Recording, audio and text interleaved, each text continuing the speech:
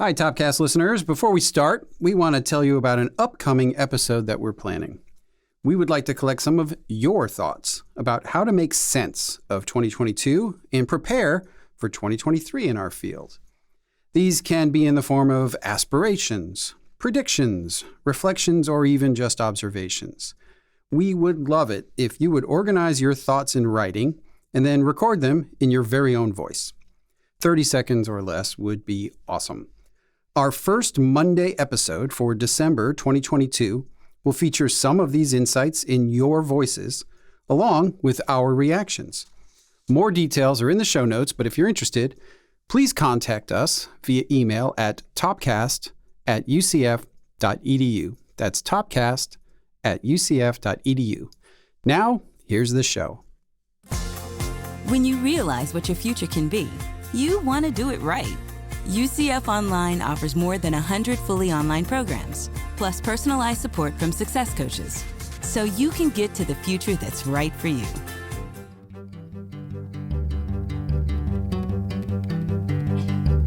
From the University of Central Florida's Center for Distributed Learning, I'm Kelvin Thompson. And I am Tom Cavanaugh. And you are listening to Topcast, the Teaching Online podcast. Hey, Tom. Hey, Kelvin, you kind of went into your NPR voice there for a second. I was like, which way is this going? Is it going to be exciting? Or is it going to be, let's relax. Let's think deep thoughts. Welcome to Fresh Air. That's right. Terry Gross. That's right.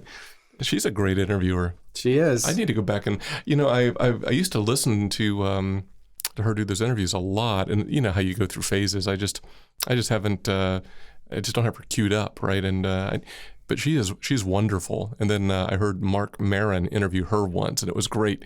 It was just like, he was like, ha, ha, ha, ha, ha. I get to interview you. Well, she does what we aspire to do, which is sort of make the interviews very conversational and not, okay, here's question one, here's question two. I have these agenda talking points I have to get to. But no, it's just sort of, hey, you're an interesting person and you have interesting things to say, so let's have a conversation. That's right. I'm going to hazard a guess that she probably does it better. Yeah, I think that's a safe bet. But you know what she doesn't have that we do? What is that, Tom? That is coffee. Oh! Yeah. Mm-hmm. So what coffee do we have today? What's in the thermos, Dr. Thompson? Well, today's coffee, Dr. Cavanaugh, is a single origin Java, as in from Indonesia, Java, from Equator Coffees in the Bay Area of California.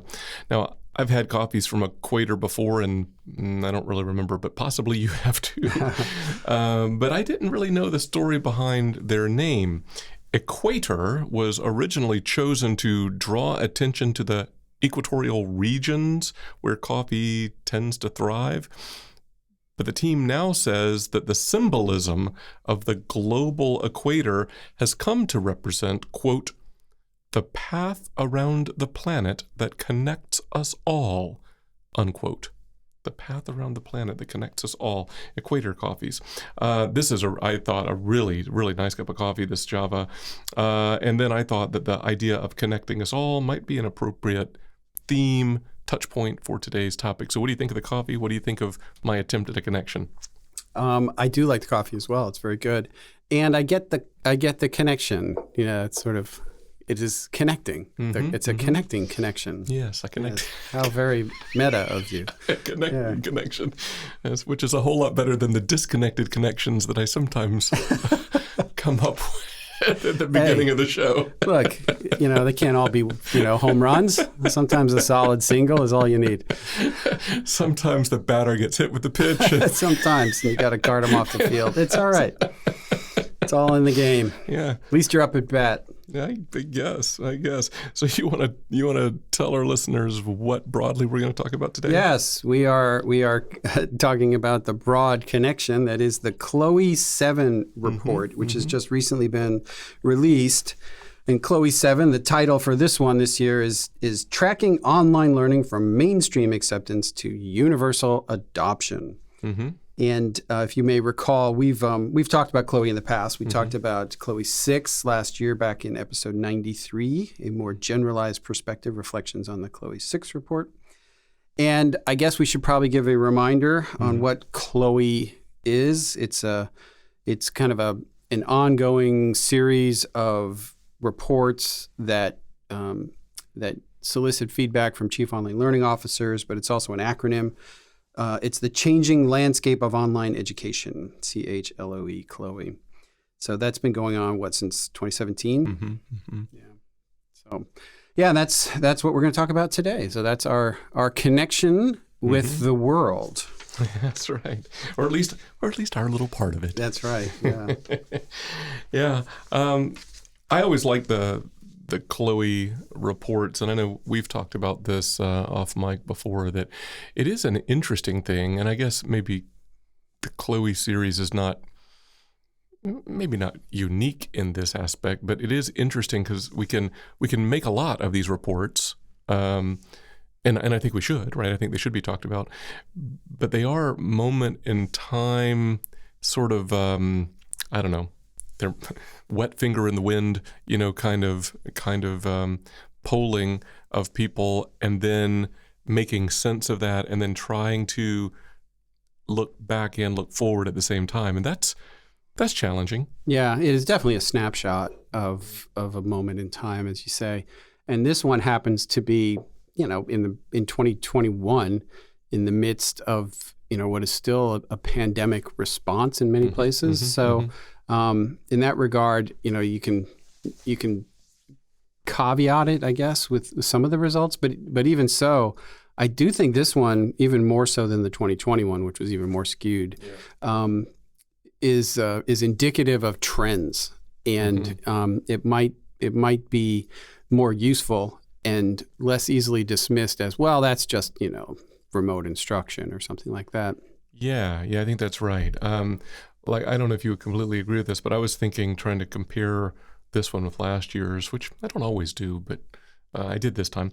I was thinking that last year's was more focused on, as you say, there was this ubiquitous experience of remote instruction, and then the beginnings of post-remote instruction, but still pandemic response. And this report, I'm just going to say, feels a little different to me in its scope and its tone, and apart from the insights, does that resonate with you? Yeah, it does. And the others have written this, but I think it's true that the big thematic takeaway from Chloe 7 is hybridity. It's that what we're looking at is maybe less, okay, everybody's going to be online in the future, to, it's going to be a combination of online and face-to-face as we move forward. And some of the practices and affordances that many faculty were exposed to for the first time through the pandemic may not get completely abandoned when they go back into the classroom. And so you're going to see this mixture of students taking different modalities and faculty teaching different modalities, whether it's fully online or it's blended or it's face-to-face. It's going to be much more nuanced than you're either online or you're face-to-face. Yeah, I think that's right. And I think this report feels a little bit more, I don't know if this is quite the right word, a little bit more holistic than Chloe 6. Chloe 6, in retrospect, felt a little bit like late breaking news from the front lines. It felt a little bit like that. And here, let's just take as much as we can, make sense of, this big idea, this thing, and we need to unpack it because people are desperate for insights. And this one felt a little bit more thoughtful and like, let's take a broader view here. And yes, I tend to agree with what you summarized and that others have said about, I think the big takeaway is hybridity. Do you want to go down a few other big themes that have come out? Let me maybe just illustrate this hybridity, because there's one chart in Chloe that I think really illustrates this. And if you're following along in your hymnals at home, it's page 10, kind of table 1. And it's just, if you look at the hybrid row of this chart in 2019 versus what people think will happen in 2025, these are Chief Online Learning Officer forecasts versus what actually happened via iPads. The percentage of traditional age undergraduates that would be hybrid was 20% in 2019, to what they think will 94% in 2025. For adult undergraduates, 25% to 90%, and graduate students, 10% to 82%. So there's a real sense that we're going to have a hybrid university in the future, even more than we have today. Yeah, I'm going to tell you that's what stood out to me throughout, and I think that's a very good concrete example. I think too, there was also this, if I remember correctly, I, unlike you, did not come to class prepared with my little printouts here to reference. I'm kind of going off memory here, but you wrote the notes. That's right. That's right. Well, there's that. But what did I base those on, Tom? Just coffee. What I seem to recall is there being, I don't remember if it's in that same table or not, but there was a relatively low percentage predicted in that, is it 2025, predicted for exclusively online or exclusively in person. So that just to me further gave contrast to underscore your point. You're absolutely right. Yeah, I mean, I didn't read all those numbers, but it's striking. Yes. Yeah, so those big percentages in hybrid are pulling from those other two categories. Exactly. I mean, it's single digits. Yes. In traditional age undergrads for campus only, little or no online, or online, little or no campus. Those are just, both below 5%. The adult undergraduates, campus, little or no online, or online, little or no campus, are both under 10%. And in the case of the campus, it's only 1%. I mean, am I alone in this? It just is like, wait, what? Yeah, I know. Well, and then graduate students, little or no online, campus only, 1% is what's predicted. And then online is up to 17%. So yeah, I mean, that's a really good observation. So when it says it's becoming hybrid, it's at the expense of both face-to-face and fully online. Yes. Now, caveat, asterisk all over the place, right? I mean, is that reality? Yeah. That's a prediction. It's definitely something to watch. Yeah, but I am fascinated. Now, not to veer too much into the provincial here at our university context, but maybe just as a point of illustration, and we've talked about this before, but I would say at UCF, if that is at all reflective of reality and what's going to happen, we're pretty well poised here because this is our wheelhouse, right? Yeah. We have a real big historical investment in courses in a variety of digital learning modalities that students can choose to take fully online courses, blended, reduced seat time courses, in-person courses, web-enhanced courses, whatever they want. And we have our exclusively online, UCF Online, we call it, program. So I think this is something that we've been dealing with, but that's not everybody's context. No. In fact, it's so funny that we're talking about this today because I was just talking about this in an email thread yesterday, and I shared an article that was written in 2010 by Mark Perry at the Chronicle of Higher Education. And Mark had come down here and interviewed a bunch of people, and the whole premise of the article, I think it's entitled Tomorrow's College. Oh, I remember this. Yeah, and maybe we'll link to it in the show notes because I found the link yesterday. Good. And I shared it in this email thread. And it basically talks about that, how on-campus students are taking online and blended options as a way to, better engage with on-campus activities. So whether you're in Greek life or student government or you're an intercollegiate athlete or something, you're able to take online courses to give yourself more flexibility to do stuff on campus. So this hybridity is something that I felt, at least Mark Perry felt, that we were leading on in 2010. Yeah. And when you look at this Chloe report, it seems like, maybe this is becoming a lot more widespread. So, I don't want to put too much into all of this, but it does make one pause for a second and take a breath. Like when I know plenty of institutions where whenever you say online, you're talking about like a UCF Online kind of a kind of a thing, right? You're exclusively online and a lot of intense marketing and student support services. And there might be like a for-profit, paradigm in your head when you think of that. Yeah. That's right. And so this, if it's at all based in reality, I mean, would you go this far with me? Sort of flies in the face of that a little bit. I mean, how do you make sense of that in the market? Well, I think it does. And again, we'll see maybe long-term implications of this, but the pandemic, again, as I've said, has shaken the snow globe up, and all of those little glitter pieces haven't quite settled yet. Yeah. They're still floating around. A lot of people were exposed to, well, we'll say remote learning that had not previously ever taken an online class, and what that does for their expectations, for how they want to take classes that maybe they didn't think about previously.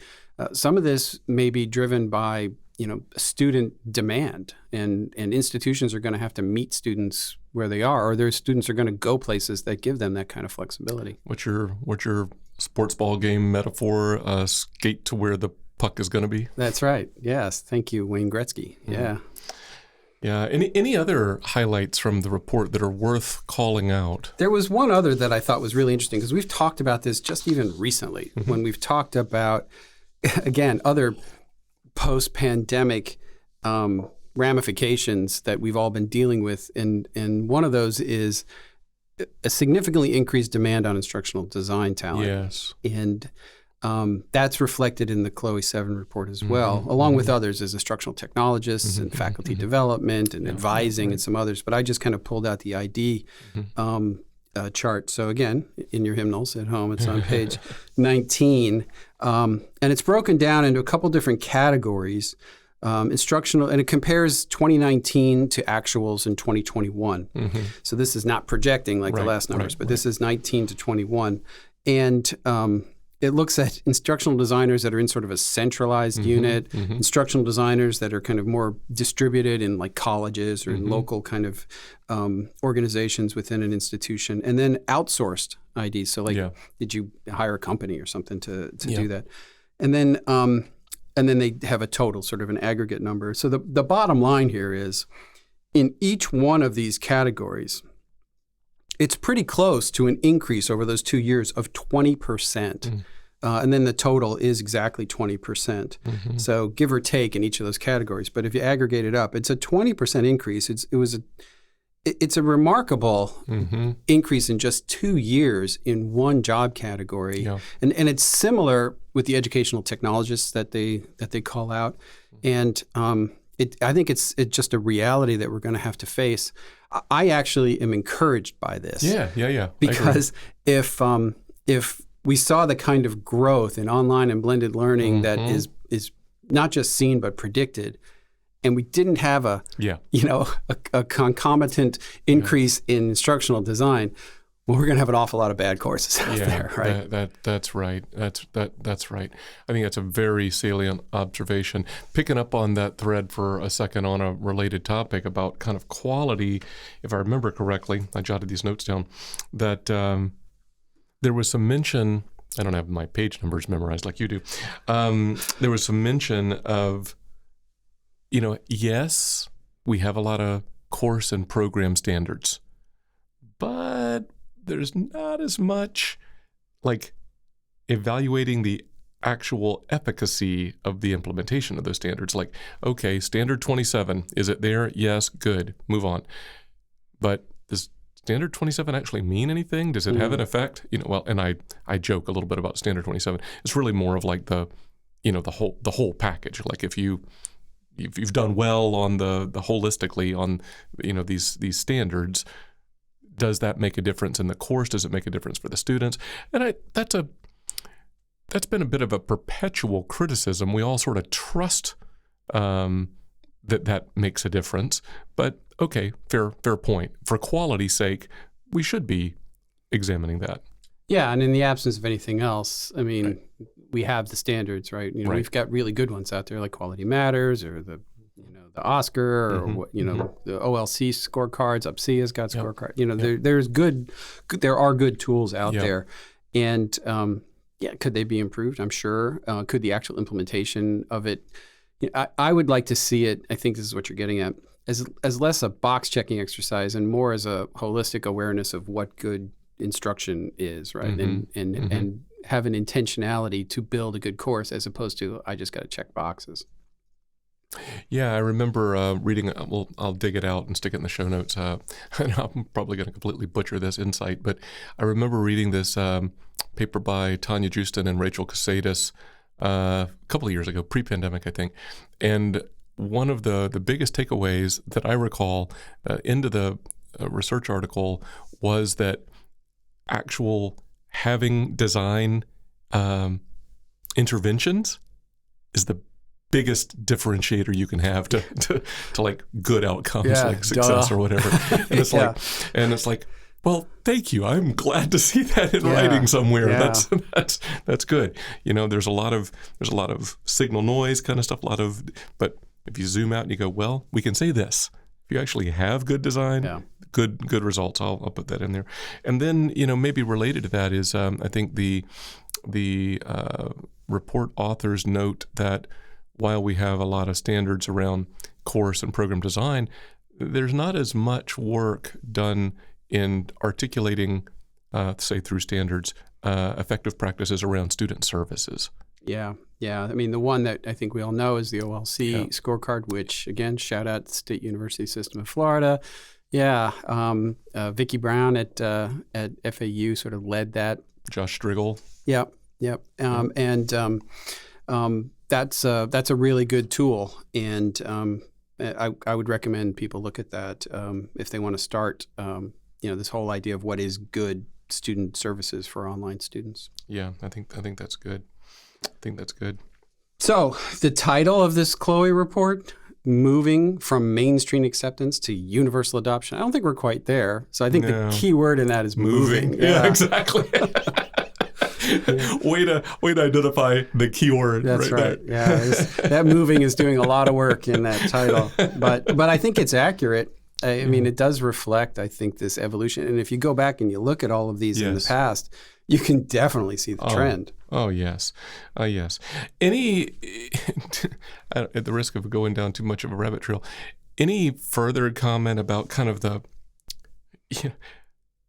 place of like reports like this that purport to have some kind of a predictive value? Yeah, I mean, you can argue both sides of that. That this is again, when you're looking at 2025, that's very speculative. Who would have predicted what happened to us in 2020? Very few people. Very few. Yes, but I think they're useful. They're useful in two ways. One, because when you're in the middle of a trend, you may not be able to see it. But if you just keep track and you can kind of step back and look at the forest instead of just an individual tree, and you realize, oh my gosh, this is a thing that's happening. And based upon that, you can kind of potentially predict where things are going in the future, like to use your Gretzky, to go where the puck is. And prepare your organizations, your institutions to try to meet the demand in the future, because I think a lot of people ended up playing catch up during the pandemic, and we had a lot of Zoom school. Yeah. And again, no fault to anybody because it was just a reality. But I think if people had their preference, it would have been, let's do this in a deliberate, intentional, high quality, planned way instead of reacting. Yeah, I think that's good. Two shout outs come to mind. One, you actually, I think, used a phrase a little bit ago. I think you might have said hybrid university. So shout out to our colleagues and friends, Tanya Justin and Tony Picciano, who've written about the blended university of the future. We'll dig some of that work out and put it in the show notes if you don't know it. They have a recent book Tanya was leading. Yeah. I was fortunate enough to get an early preview of that. That I think it points to not just the online instruction, Right. The hybrid instruction to Right. this, to what we just talked about, the student services side of things. That's right. It covers all kinds of things. And I would even say it extends beyond that to, can you pay your bills online? Can you do everything that you need to do multimodal at an institution? Yeah, I think that's right. The other shout out that comes to mind, we've ended up talking somewhat in this episode about the power of design and intentionality and deliberateness. And I'm reminded of our conversation with Shannon Riggs, which the episode title and number escape me at the moment, but has design right in the title. That's a good one. We'll put that in the show notes as well if you're not familiar. Cool. All right. So do you think maybe we should Land the plane? land the plane? Yeah. So let me see if I can take a shot at summarizing here. So reports like Chloe help us individually make sense of trends and opportunities in our field so that we can make better, more informed decisions about how to carry out our daily work. Mm-hmm. Discussing these insights and decisions with colleagues helps us move our field forward collectively, and we can put on those skates and try to skate to where the puck is going because we want to score that goal. I'll stretch this metaphor. We've used baseball, we've used hockey. Maybe I can throw some other sports in there. Badminton, something. No, I think that's right. I think that all that is accurate. Yeah, and so like so many things we talk about in the podcast, the more that we can share and talk about with others, I think we advance collectively. I think that's exactly right, for sure. Maybe one quick reminder, as you said at the beginning of the episode, hey, we'd love to hear your insights. So we talked about predictive and reflective, right? We'd love to hear your insights on 2022 going into 2023. Hey, just record them on your phone or something, right? And email them to us or write up a little thing. We'd love to hear from you, and we'll try to feature some of those in our December 2022 episode. So that would be a good thing. So that's been a good conversation. I hope you liked the coffee. I did. Yeah, thank you. And just to underscore the call for input from people, even if you don't have time to record something right now, just send it to us in an email. Yeah. That's right. And then we'll figure it out later. We'll have man of 1,000 voices, Tom Cavanaugh could vary his delivery. Like this one is going to be in my little old man voice. Yeah, this who one knows? is going to be in my a pirate or something. Yeah, my cartoon squirrel voice. If that's what it'll take, yes. Boy, listenership's going to be up for that December episode or now. Down, yeah. Well, on that note, thanks for listening. Thanks for the conversation. And until next time for Topcast, I'm Kelvin. And I'm Tom. See ya.